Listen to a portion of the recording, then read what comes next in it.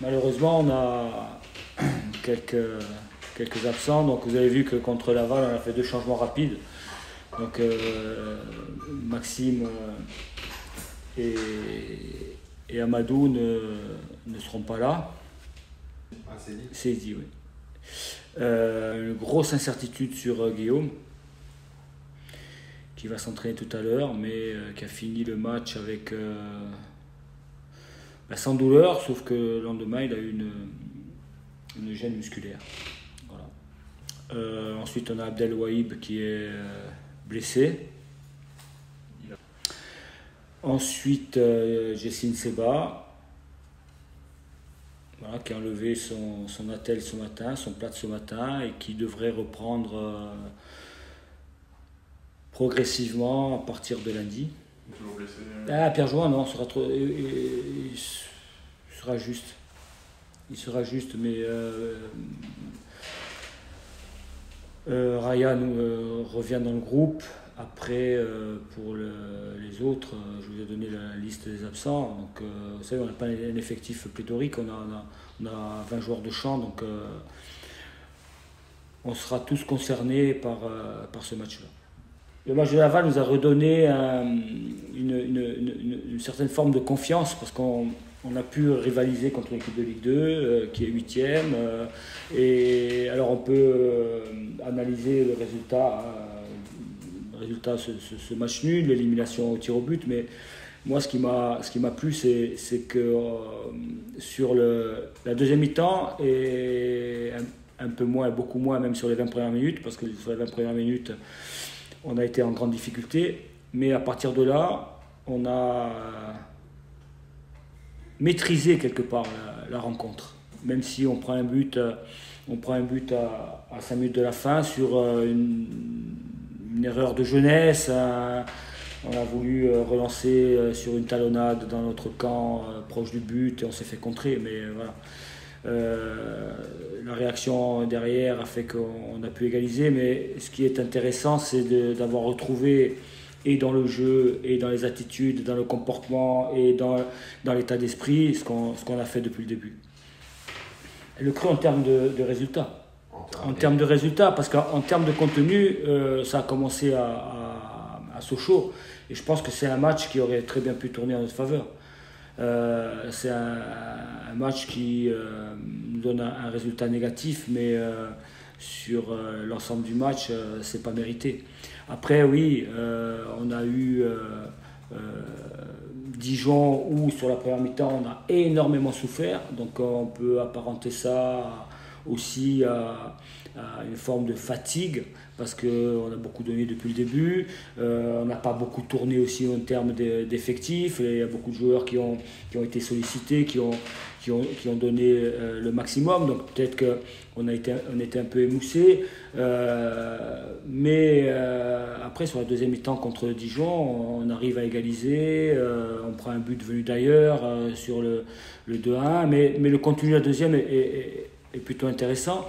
Et puis Boulogne, alors la première mi-temps est catastrophique parce qu'on se fait contrer, parce qu'on a été au niveau du plan de jeu complètement hors sujet, parce que c'était pas prévu de prendre des buts comme ça, hein. La force de cette équipe avait été identifiée et finalement on n'a pas respecté, on est parti un peu à l'abordage alors qu'il n'y avait pas de raison de faire ça. Puis la deuxième mi-temps était bien meilleure et on a retrouvé encore cette équipe qui avançait, qui avait le ballon, qui a eu des situations, qui a eu des occasions, qui a marqué et qui aurait pu arracher. Voilà. Mais en termes de contenu, on est comme ça depuis le début. Depuis le début, si vous vous rappelez des contenus des matchs, on a raté des premières mi-temps, puis on est revenu, puis on a gagné des matchs, et puis c'est une constante chez nous. Voilà. C'est une constante aujourd'hui, et c'est ça qu'il faut régler en priorité. Alors, la solution, on prend des buts, on prend trop de buts, mais on en marque beaucoup. Alors dans ma réflexion, est-ce que le fait d'être autant déséquilibré ne favorise pas aussi un jeu offensif? Mais ma réponse est oui. Parce que si demain on venait à être à jouer un peu contre nature et à vouloir défendre. Dieu sait si j'aime bien les équipes organisées qui défendent, mais si on venait à défendre un peu plus bas, peut-être qu'on aurait moins de cartouches offensives et que on marquerait moins de buts et peut-être qu'on aurait peut-être moins de résultats. Voilà. En tout cas, c'est une analyse qui vaut vraiment la peine d'être faite parce que c'est un peu ce qu'on dégage depuis le début. C'est-à-dire qu'on rate des premières mi-temps, on se fait contrer. À Valenciennes, par exemple, au bout de 10 minutes, on perd 2-0, mais on se fait contrer. Et puis après, on revient en gardant toujours le même fil conducteur, c'est-à-dire le ballon, jouer, avancer. Voilà. Maintenant, ce qu'il faut qu'on gagne, c'est en agressivité. Et je pense que c'est à ce niveau-là qu'il faut qu'on progresse. C'est pas tant sur une organisation ou sur le fait de jouer un peu plus haut, un peu plus bas. C'est de garder la même chose, mais être beaucoup plus agressif. Anticiper les pertes de balles sur des zones très hautes pour être déjà proche des joueurs et les faire reculer. C'est ce qu'on fait quand on est mené. Et il y a un changement d'attitude quand on est mené qui est flagrant sur des intensités de jeu, sur des courses, sur des actes défensifs, quand on accélère, quand on veut gagner un ballon, on change de rythme et on met vraiment de l'agressivité et de l'intensité. Mais ça, il faut arriver à le faire pendant tout le match. C'est une équipe qui est très performante à l'extérieur. Et un entraîneur qui fait du très bon boulot parce que David Le Frappeur est un très bon entraîneur. Il fait quelque chose aujourd'hui qui était très difficile à réaliser en début de saison quand il a récupéré ce club qui était un club qui était en National 2, qui a été repêché. Alors oui, il montait, mais il a été repêché, il a dû constituer un effectif, il est arrivé un peu après, je dirais, la reprise normale. Il a eu très peu de temps pour construire tout ça et finalement on s'aperçoit que c'est une équipe qui est très bien organisée, c'est une équipe qui a des joueurs très intéressants, qui allie aussi l'expérience. Je pense au capitaine derrière Quentin Lacour que j'ai eu comme joueur au CA Bastia et qui est un joueur d'expérience. Après il y a des jeunes joueurs aussi, des joueurs en prêt, donc c'est un effectif aujourd'hui qui tient plus que la route en national et il va falloir être très vigilant et jouer justement sur cette agressivité, intensité pour pouvoir, parce qu'eux en mettent beaucoup aussi, donc pour pouvoir les perturber. Voilà. Encore une fois, c'est un match qui va être compliqué, mais qu'il va falloir prendre pour le bon bout et pas attendre la fin de la première mi-temps parce que contre une équipe comme ça risque d'être trop tard. Mais il poursuit sa progression. C'est-à-dire que il a connu un pic très haut quand il a été nommé, j'avais dit, c'était au mois de septembre.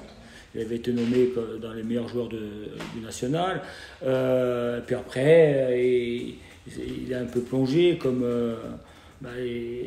c'est un peu normal quand c'est la première saison professionnelle, première saison à ce niveau-là, les intensités au niveau des entraînements sont pas les mêmes, donc forcément il a un peu accusé le coup, mais là il revient et il trouve son rythme. Amadou est blessé, enfin il a été blessé, il est revenu, il a été dans le groupe à Laval, mais il n'est pas, je dirais, dans son état de forme maximum. Mais c'est un garçon qui a du talent. Là c'est un garçon qui a du talent. Il a aujourd'hui, je pense, une marge de progression importante, comme Youssouf. Youssouf Soukouna aussi a une marge de progression importante, énorme, je dirais même. Et voilà, le frein, c'est ses blessures. C'est ses blessures, parce qu'il était parti, il avait fait une bonne préparation, il était plutôt parti bien comme il faut, et puis il était bien revenu. À Versailles, il avait fait un bon match. Après, contre Villefranche, il était un peu moins bien, mais voilà, c'est le fait. Et la progression de ces joueurs-là, elle est à ce niveau-là, c'est de pouvoir répéter tous les 3 jours des matchs à haute intensité avec des performances égales.